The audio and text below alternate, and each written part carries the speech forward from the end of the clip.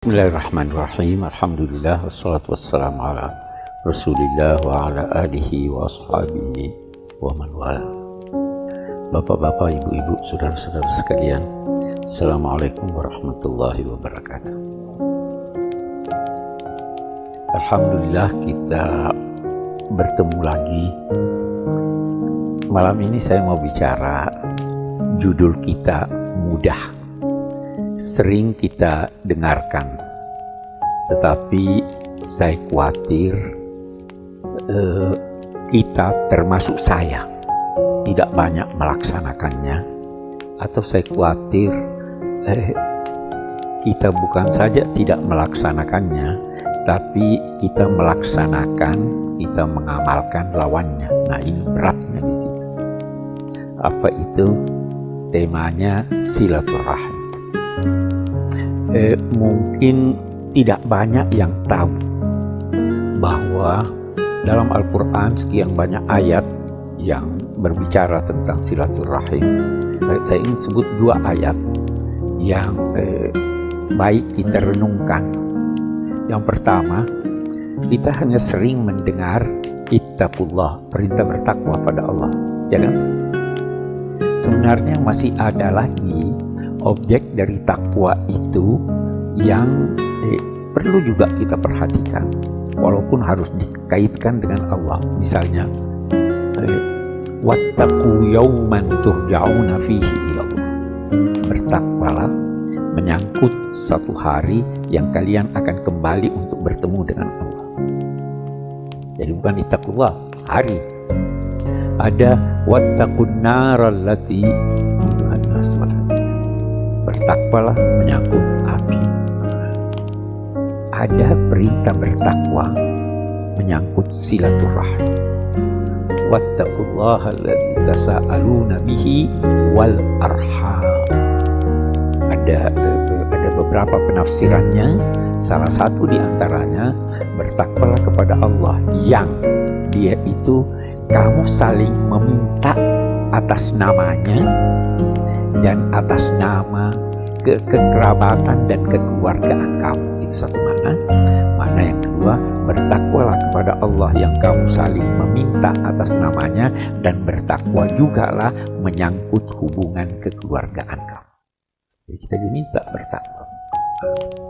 Itu satu. Dari hadis-hadis Nabi pun, sebelum sampai ke hadis, saya ada ayat yang lain yang saya ingin katakan. Ada ayat yang saya khawatir paling tidak sebagian kita dikecam oleh ayat itu.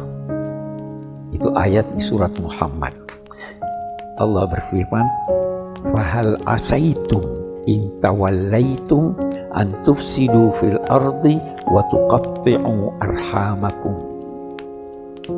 Apa maknanya? Paling tidak ada dua makna.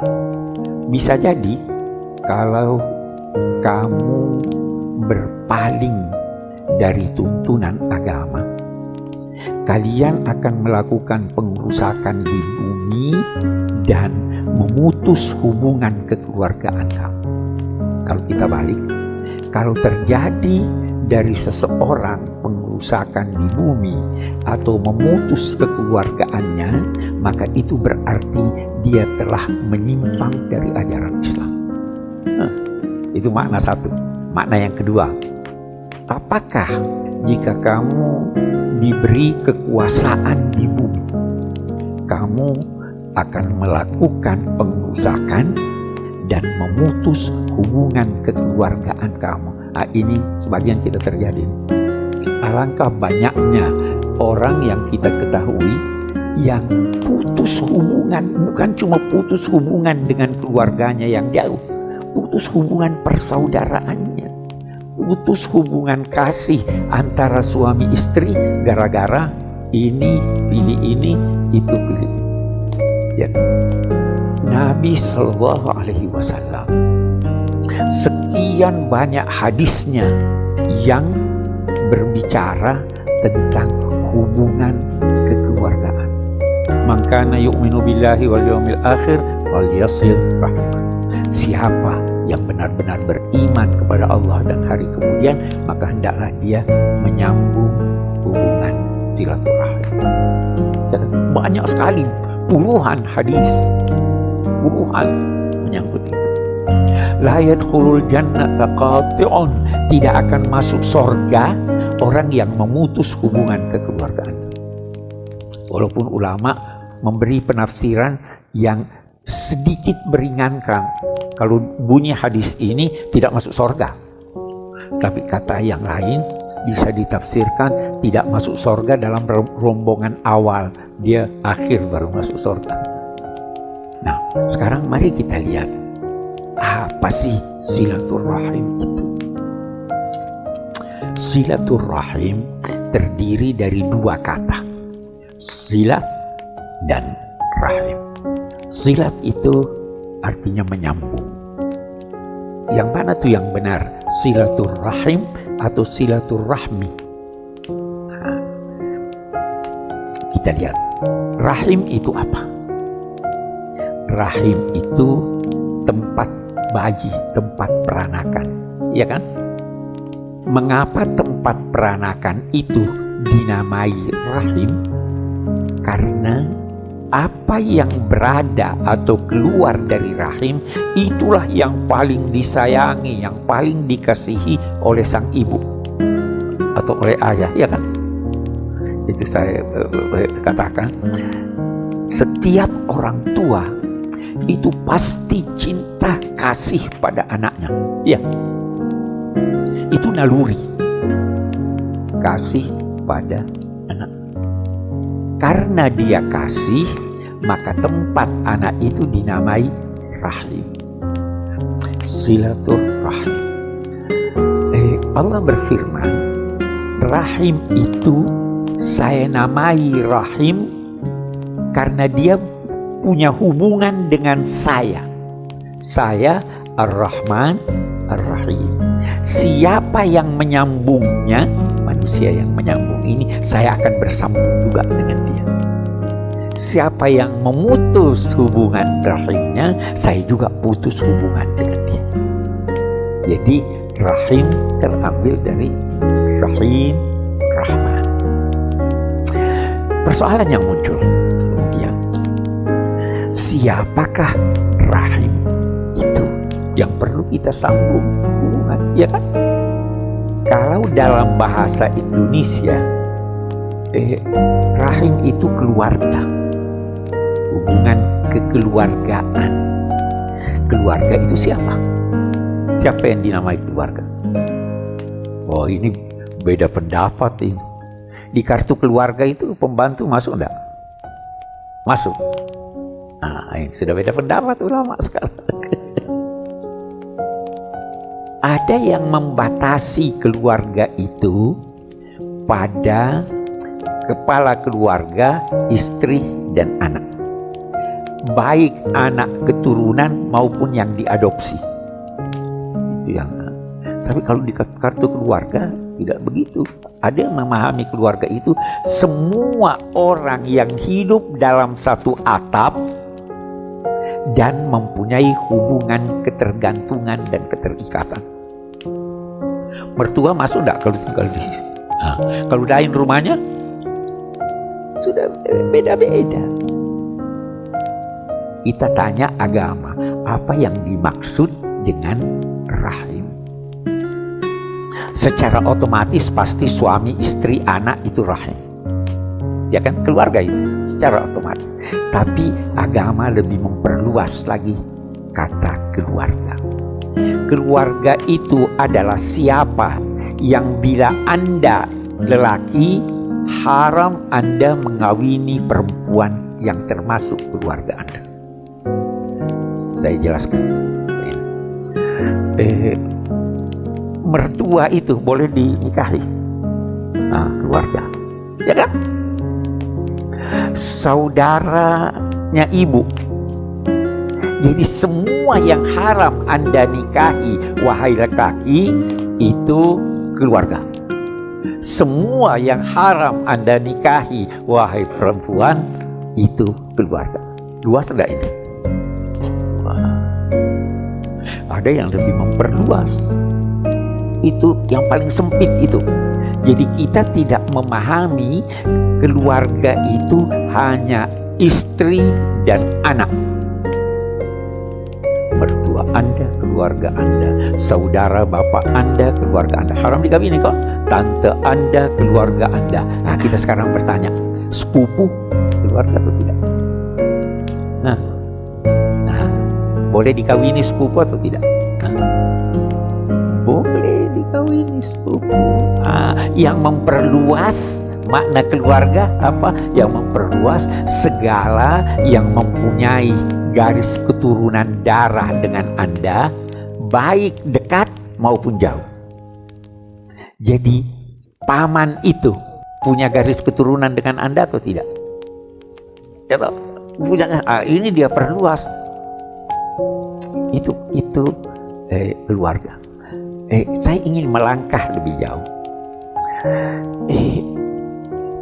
Keluarga itu, apapun yang kita namakan rahim, itu diciptakan oleh masyarakat atau diciptakan oleh naluri manusia. Siapa yang menciptakan itu keluarga? Kenapa bisa ada keluarga? Ya kan? Semua kita ada keluarga. Ada orang-orang, sementara orang di barat berkata itu sebenarnya masyarakat yang ciptakan. Kalau dalam agama itu diciptakan oleh naluri manusia. Kita lihat sekarang. Perkawinan diatur oleh agama atau tidak? Diatur oleh agama. Orang-orang yang tidak memerhatikan aturan-aturan agama, kawin juga ya. Kawin atas dasar apa? Bukan agama. Ada seorang filosof Muslim, dia katakan begini, ada dua bukti, paling tidak dua bukti dalam kehidupan keseharian kita yang menunjukkan bahwa keluarga itu adalah ciptaan naluri manusia. Yang pertama, hubungan anak dengan orang tuanya. Itu tercermin juga paling tidak dalam dua hal. Ibu perempuan itu selalu mendambakan anak. Dia merasa kekurangan kalau dia tidak punya anak.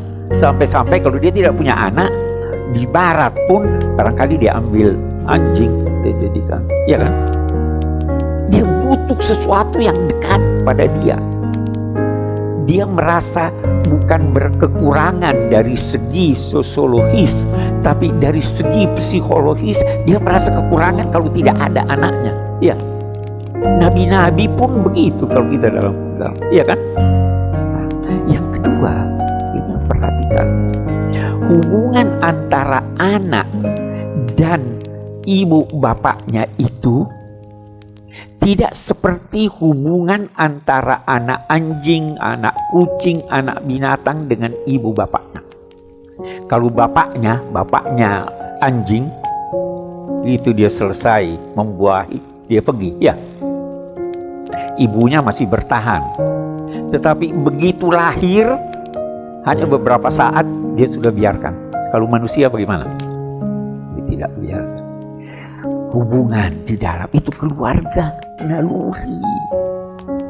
Ada orang yang begitu terikat dengan anaknya, keluarganya, sampai-sampai karena terlalu terikat menghambat perkembangan psikologis anak itu. Tidak boleh juga terlalu terikat, terlalu takut. Ada ibu anaknya mau naik tangga, takut, jangan. Itu ada ilmuwan berkata, kita mestinya tiru monyet. Monyet itu dekat sama anaknya, iya. Tapi kalau begitu dia mulai dewasa, dia usir, pergi. Tapi dia awasi dari jauh. Yang penting ini yang pertama, bahwa keluarga itu adalah kebutuhan psikologis manusia, diciptakan oleh naluri manusia. Itu yang pertama. Yang kedua, dia katakan begini, kata Profesor Al-Aqad, dia bilang, saya tidak mau hanya melihat kondisi masyarakat, baik yang primitif sampai yang terlalu maju sekarang ini dari segi poin pertama tadi. Tapi saya ingin melihat langsung ke masyarakat barat. Dia bilang itu di barak-barak militer. Sudah dewasa. Mereka juga berkumpul satu sama lain. Bisa makan bersama dan sebagainya. Tetapi kita lihat bahwa mereka tetap rindu pada orang tuanya. Tidak bisa digantikan keberadaan mereka dalam suatu tempat bergaul setiap saat, makan dan minum bersama tanpa merindukan itu. Itu karena naluri manusia membutuhkan keluarga. Oke, kita lihat sekarang. Itu sebabnya dalam Islam perkawinan itu harus merupakan gabungan hubungan antar dua keluarga, bukan antar dua orang. Kenapa? Karena kalau ada cekcok, kembalinya ke keluarga kan? Karena ini naluri. Dia ingin menjaga keluarga ini. Kalau ada kawinan, orang baca biasa khutbatun nikah, salah satu ucapan itu ausyaja bihal arham. Dengan perkawinan itu Allah menggandengkan, menyatukan hubungan kekeluargaan. Oke. Jadi kita butuh keluarga. Sehingga kalau ada kesalahpahaman, lakukan silaturahim. Ya kan? Silaturahim itu begitu ditekankan oleh agama. Ada dua yang saya ingin katakan. Yang pertama, kalau ada yang cekcok, Anda hendaknya melakukan perbaikan hubungan antara dia. Kalau perlu bohong. Boleh bohong atau tidak? Prinsipnya tidak boleh kan? Tapi demi menjaga hubungan ini, bohonglah. Luar biasa ini. Demi memperingatkan tentang pentingnya hubungan itu, sehingga apa yang dilakukan? Tidak dibenarkan seorang muslim meninggalkan saudaranya karena benci padanya lebih dari 3 hari. Anda masih ditoleransi. Habis 3 hari, tidak ada. Hubungan harus pulih. Jangan anggap silaturahim itu hanya setelah lebaran. Setiap saat. Ini kan persoalan kita kan di sini nih. Itu sebabnya sebenarnya sekarang banyak cara ya untuk melakukan silaturahim. Tapi sebagian cara itu justru memutus silaturahim. Saya lihat WhatsApp itu, aduh. Ada enggak yang putus silaturahim melalui WhatsApp? Anda tanpa sadar memutus hubungan orang melalui ini kan? Padahal itu mestinya jadi alat kan untuk menghubungkan. Saya ada beberapa grup, terus terang sebagian saya tidak pernah baca. Tapi saya mau menarik diri, dianggap nanti putus silaturahim. Jadi biar aja deh. Tapi ada juga yang bagus-bagus, kita tambah ilmu, kita tambahin, iya kan? Oke, sekarang kita sudah bisa memahami betapa pentingnya silaturahim itu, karena dia adalah kebutuhan jiwa kita, bukan hanya kebutuhan karena kita bermasyarakat. Oke. Sekarang kita lihat lebih jauh. Untuk menghubungkan kekeluargaan itu, melakukan silaturahim itu banyak caranya. Ulama-ulama berkata, yang pertama, coba tanya kabarnya bagaimana. Anda itu walaupun apa kabar? Itu sudah silaturahim itu, ya kan? Ngomong dong. Memang kita biasa kalau ditanya apa kabar, selalu jawabannya ya baik-baik saja, alhamdulillah, ya kan? Tapi sebenarnya bukan itu yang dimaksud dengan apa kabar. Bagaimana keadaanmu? Ada problem atau tidak? Sakit atau tidak? Itu sebenarnya tujuan tanya. Atau salam. Anda tidak ketemu dia, tanya temannya, bagaimana kabarnya ya? Tolong titip salam sama dia, doa. Itu sudah silaturahim. Ya kan? Anda ketemu orang ini tidak sebut-sebut dia, tidak ingat dia, tidak benar dong. Kalau Anda tanya apa kabarnya, Anda tahu keadaannya, maka kalau dia senang, Anda bersyukur, alhamdulillah. Kalau dia dalam keadaan susah, Anda berusaha membantu. Akhirnya silaturahim. Karena itu salah satu bentuk silaturahim, kirim hadiah. Nah, salah satu bentuk silaturahim, berusaha menunjuki dia jalan yang benar. Ini keliru, ini mestinya begini. Itu silaturahim. Dan kalau tadi kita katakan ada ibu, ada bapak, ada mertua, ada menantu, ada ini segala, itu semua adalah kerabat. Maka walaupun mereka telah meninggal dunia, Anda masih wajib bersilaturahim kepadanya. Saya tanya sekarang, saya tidak mau dengar jawabannya, masing-masing menjawab sendiri. Kalau orang tua Anda sudah meninggal, masih silaturahim atau tidak? Saya tidak berkata harus ke kuburannya, tapi doa. Masih baca Fatihah enggak buat dia? Masih memelihara tidak hubungan baik dengan teman-teman ayah saudara? Enggak bersilaturahim. Itu ada Abdullah ibn Umar, ada riwayat itu Abdullah ibn Umar. Di suatu waktu jalan, dia bertemu dengan satu orang jalan kaki. Abdullah ibn Umar naik keledai. Dia turun dari keledainya. Dia katakan, naik di sini. Dia punya serban, dia kasih serbannya. Temannya Abdullah ibn Umar berkata, dia kan sudah terbiasa itu jalan kaki. Kenapa kamu kasih ini? Dia bilang, ini orang dulu selalu dengan ayah saya, Umar bin Khattab. Jadi saya kasih dia. Saya hormat sama orang tua saya. Silaturahim. Itu Aisyah istri Nabi. Itu tidak cemburu pada istri-istri Nabi yang lain yang masih hidup. Cemburunya sama siapa? Kenapa dia cemburu? Karena Nabi selalu ingat teman-teman Khadijah. Pernah Nabi marah, itu orang tua sudah keriput, kamu masih ingat dia. Tuhan sudah ganti buat kamu yang lebih cantik, lebih muda dan sebagainya. Kata Nabi, tidak ada yang bisa ganti saya.